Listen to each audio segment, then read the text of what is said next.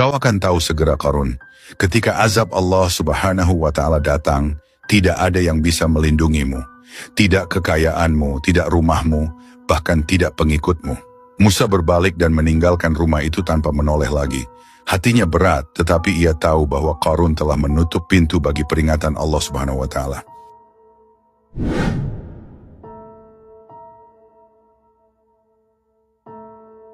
Hari itu langit yang biasanya cerah mendadak berubah gelap. Angin yang awalnya lembut menjadi kencang, membawa debu dan pasir ke seluruh kota. Orang-orang mulai merasa gelisah, tetapi mereka tidak tahu apa yang sebenarnya akan terjadi. Di rumahnya, Qarun sibuk menghitung koin emas di salah satu gudangnya. Gudang itu begitu besar sehingga terlihat seperti istana kecil, penuh dengan peti-peti berisi harta. Ia tersenyum puas, membayangkan betapa kayanya dirinya dibandingkan siapapun di kota itu. Tiba-tiba bumi mulai bergetar. Pada awalnya getaran itu ringan, seperti gempa kecil. Namun beberapa detik kemudian, guncangan menjadi lebih kuat.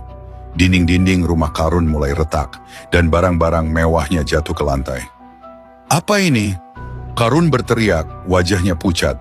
Para pelayannya berlari panik, mencoba menyelamatkan diri. "Tuan, tanahnya retak.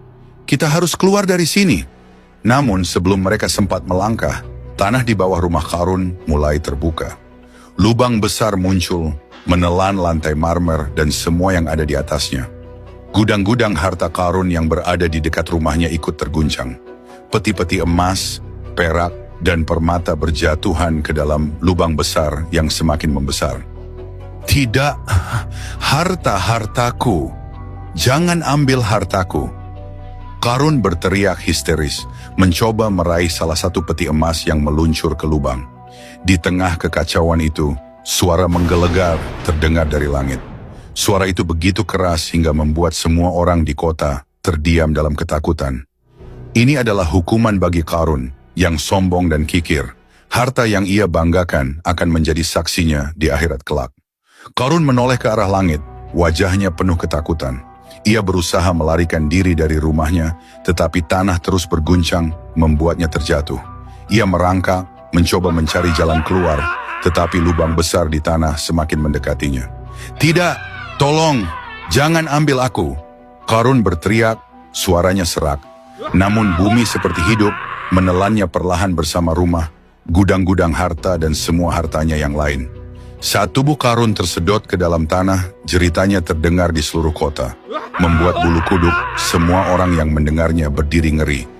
Orang-orang yang menyaksikan kejadian itu dari kejauhan hanya bisa terpaku. Mereka melihat rumah Qarun yang dulu megah seperti istana, kini lenyap tanpa jejak. Tanah yang menelan rumah itu kembali menutup, seolah tidak pernah ada apapun di tempat itu. "Subhanallah," bisik seorang pria tua dengan wajah pucat. Allah benar-benar menunjukkan kekuasaannya. Seorang wanita yang dulu iri dengan kekayaan Qarun menangis terseduh-seduh. "Aku dulu ingin menjadi seperti dia, tapi lihatlah apa yang terjadi padanya. Kekayaannya tidak bisa menyelamatkannya dari azab Allah Subhanahu wa Ta'ala." Nabi Musa berdiri di tengah kerumunan, memandang tanah tempat rumah Qarun pernah berdiri.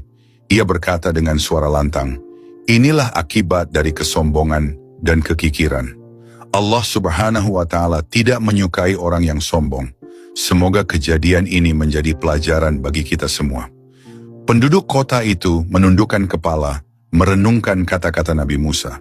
Tidak ada yang berani berbicara karena mereka tahu bahwa mereka baru saja menyaksikan salah satu bukti nyata kekuasaan Allah Subhanahu wa Ta'ala.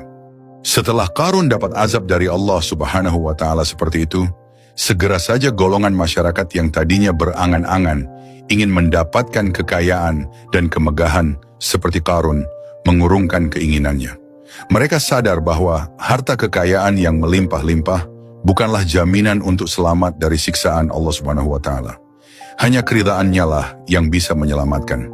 Mereka juga menyadari bahwa manusia tidak dapat menafikan izin dan restu Allah Subhanahu wa Ta'ala dalam mendapatkan harta kekayaan, sebab Allah lah yang melapangkan dan menyempitkan rezeki bagi siapa yang Dia kehendaki.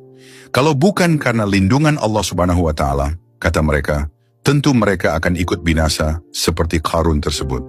Allah Subhanahu wa Ta'ala berfirman, "Dan jadilah orang-orang yang kemarin mencita-citakan kedudukan Qarun itu berkata, aduhai, benarlah Allah melapangkan rezeki bagi siapa yang Dia kehendaki dari hamba-hambanya dan menyempitkannya. Kalau Allah tidak melimpahkan karunia-Nya atas kita, benar-benar Dia telah membenamkan kita pula.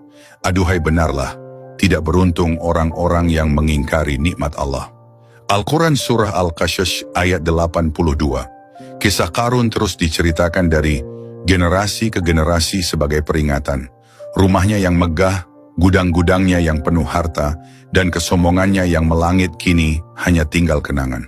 Penduduk kota Bani Israel belajar bahwa kekayaan adalah ujian, bukan alasan untuk sombong. Sesungguhnya Allah Maha Adil, ujar seorang ulama pada suatu hari. Dia memberikan kekayaan kepada siapa yang Dia kehendaki, tetapi Dia juga bisa mengambilnya kapan saja. Jangan pernah lupa untuk bersyukur dan menggunakan nikmat yang diberikannya untuk kebaikan. Begitulah Qarun menjadi simbol kesombongan dan akibat buruk yang menyertainya. Dimanapun namanya disebut, orang-orang akan teringat akan nasibnya yang tenggelam bersama hartanya di dalam perut bumi. Azab Allah nyata, dan siapapun yang menantangnya pasti akan merasakan akibatnya. Akhir kata, wassalamualaikum warahmatullahi wabarakatuh.